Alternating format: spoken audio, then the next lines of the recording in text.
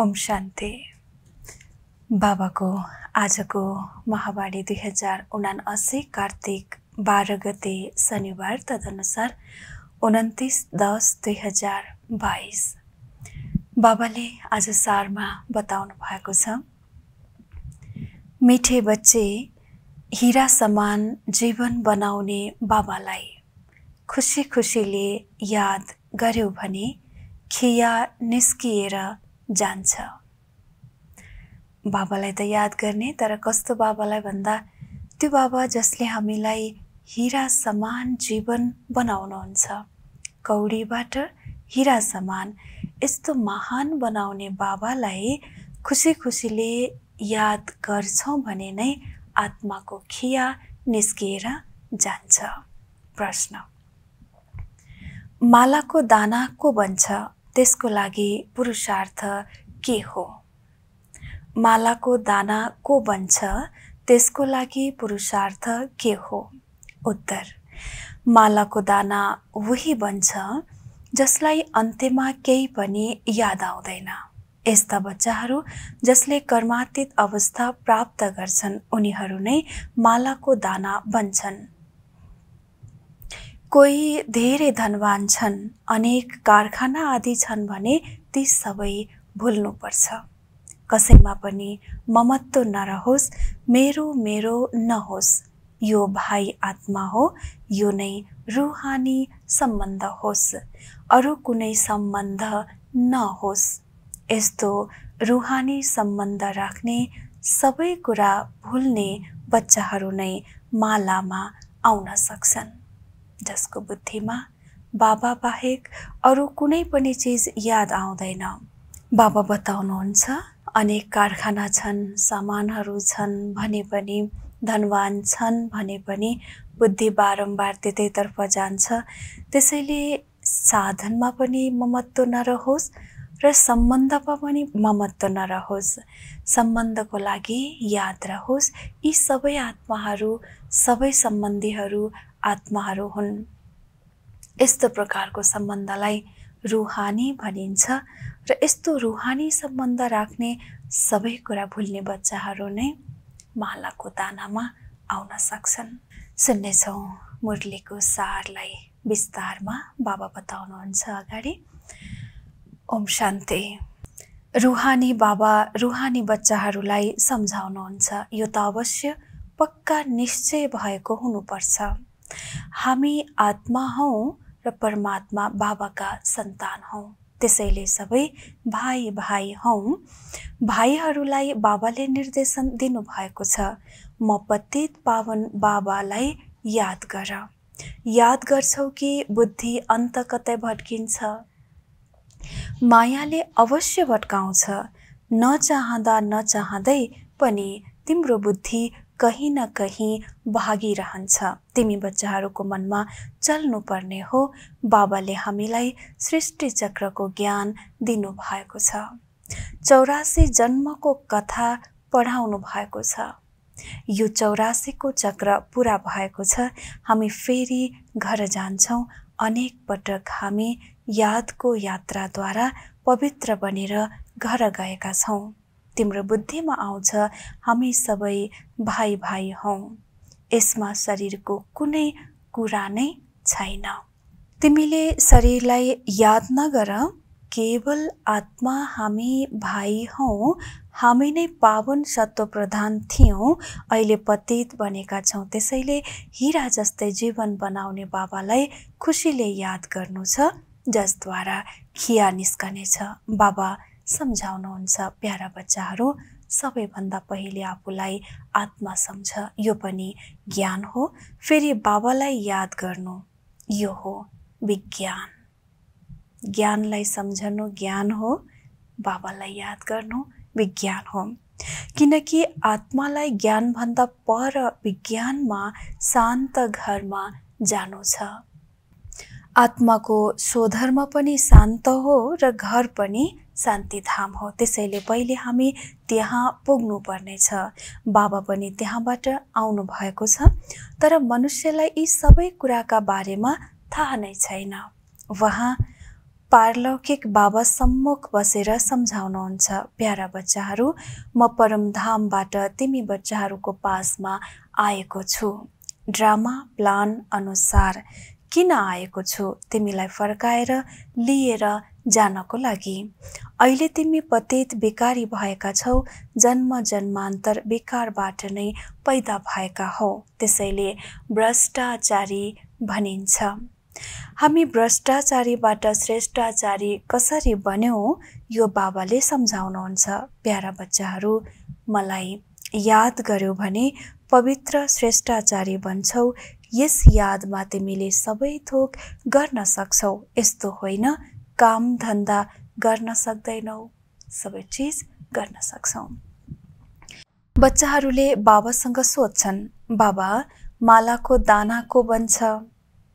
Para बच्चाहरू, मालाको दाना उनै बन्छ जसले कर्मातीत अवस्था प्राप्त गर्छ, जसलाई अन्त्यमा केही पनि याद आउँदैन। कोही धेरै धनवान छन्, अनेक कारखाना आदि छन्, त्यसैले त्यो सबै भुल्नुपर्छ। तिमीसँग त केही पनि छैन। तिमीहरूलाई थाहा छ हामी बाबाका बच्चाहरू हौ, भाइ भाइ हौ। हाम्रो कोहीसँग पनि ममत्व छैन। मेरो मेरो त छैन नि, यो भाइ हो, यही सम्बन्ध छ, अरू कुनै सम्बन्ध छैन। यसलाई रूहानी सम्बन्ध भनिन्छ।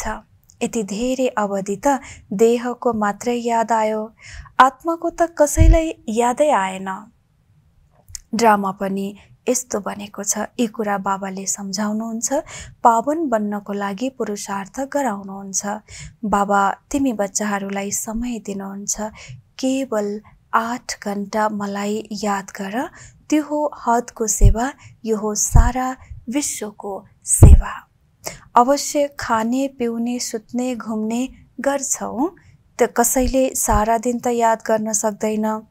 तिमीले वास्तवमा अहिले बेहदको सेवा गर्छौ। जसरी बाबाले विचार सागर मन्थन गर्छन्, त्यस्तै तिमी बच्चाहरूलाई पनि मन्थन गर्न सिकाउनुहुन्छ। गर्ने गराउनेवाला हुनुहुन्छ नि, त्यसैले आफूले गरेर नै तिमीलाई सिकाउनुहुन्छ। पुरुषार्थ गर्दा गर्दै तिमी विजयी माला बन्छौ।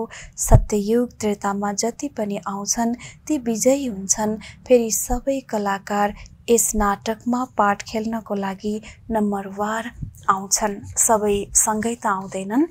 तिमी सबै कलाकारहरूको निवास स्थान ब्रह्मलोक हो। त्यहाँबाट यहाँ आएर शरीर लिन्छौ। यी सबै कुरा धेरै सहज छन्, जुन तिमी बच्चाहरूलाई नै याद रहन्छ। तिम्रो घर स्विट होम, साइलेन्स होम हो। अरू कसैले पनि आफ्ना घरका बारेमा जान्दैनन्। उनीहरूले त भनिदिन्छन्, हामी लीन हुन्छौँ। जसरी सागरबाट थोपा थोपा निस्कन्छ, फेरि त्यसैमा मिल्छ, त्यसरी नै त्यस ब्रह्ममा लीन हुन्छौँ। फेरि भनिदिन्छन्, जहाँ हेर त्यहाँ ब्रह्म नै ब्रह्म छ। उनीहरूले ब्रह्मलाई नै ईश्वर सम्झन्छन्। त्यसैले तिम्रो कुरा उनीहरूको बुद्धिमा बस्दैन।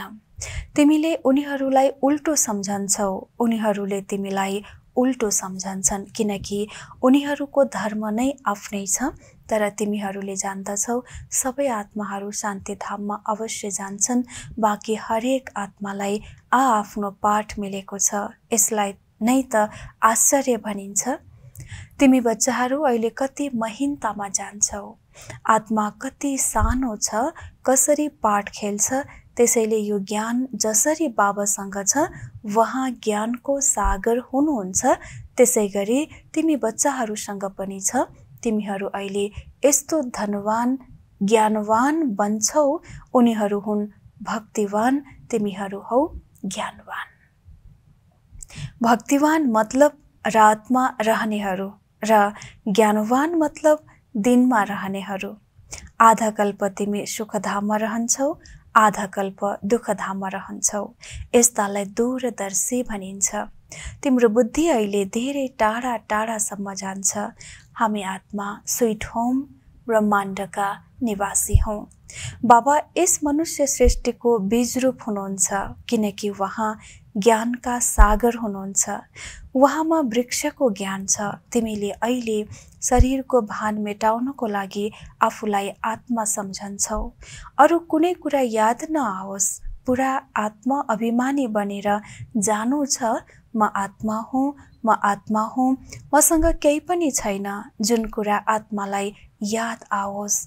गायन गरिन्छ अन्त्यकालमा जसले जे स्मृति गर्छ, यदि कुनै पनि चीज छ भने अवश्य त्यो याद आउँछ।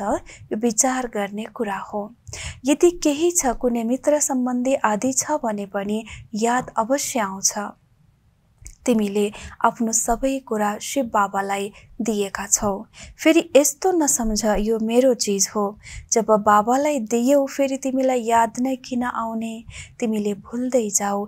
यदि त्यो याद आइरह्यो भने त्यसले पनि अन्त्यमा नोक्सान पारिदिन्छ। अहिले तिमीलाई यी सबै नयाँ नयाँ कुरा मिल्छन्। पुरानो कुनै पनि चीज तिमीहरूसँग छैन। जसरी पुरानो चीज सबै कर्नी घोरलाई दिन्छन् नि, त्यस्तै तिमीले पनि आफ्ना सबै कुरा दिन्छौ, फेरि याद आउनु हुँदैन। केवल यही याद रहोस्, म भाइ आत्मा हुँ, बाबाको बच्चा हुँ। मसँग केही पनि छैन, शरीर पनि छैन। फेरि नयाँ दुनियाँमा सबै नयाँ चिज मिल्छन्। त्यहाँ त हिरा जुहारतको महलमा जान्छौ। त्यो भविष्यको कुरा भयो। बाबा सोध्नुहुन्छ, प्यारा बच्चाहरू तिमीहरू के बन्छौ? बच्चाहरूले भन्छन्, बाबा म त नारायण बन्छु। यो त खुसीको कुरा भयो नि। तर अहिले जब कुनै पनि पुरानो चिज याद आएन भने मात्र मालाको दाना बन्छौ। 108 को माला त रजाइको हो।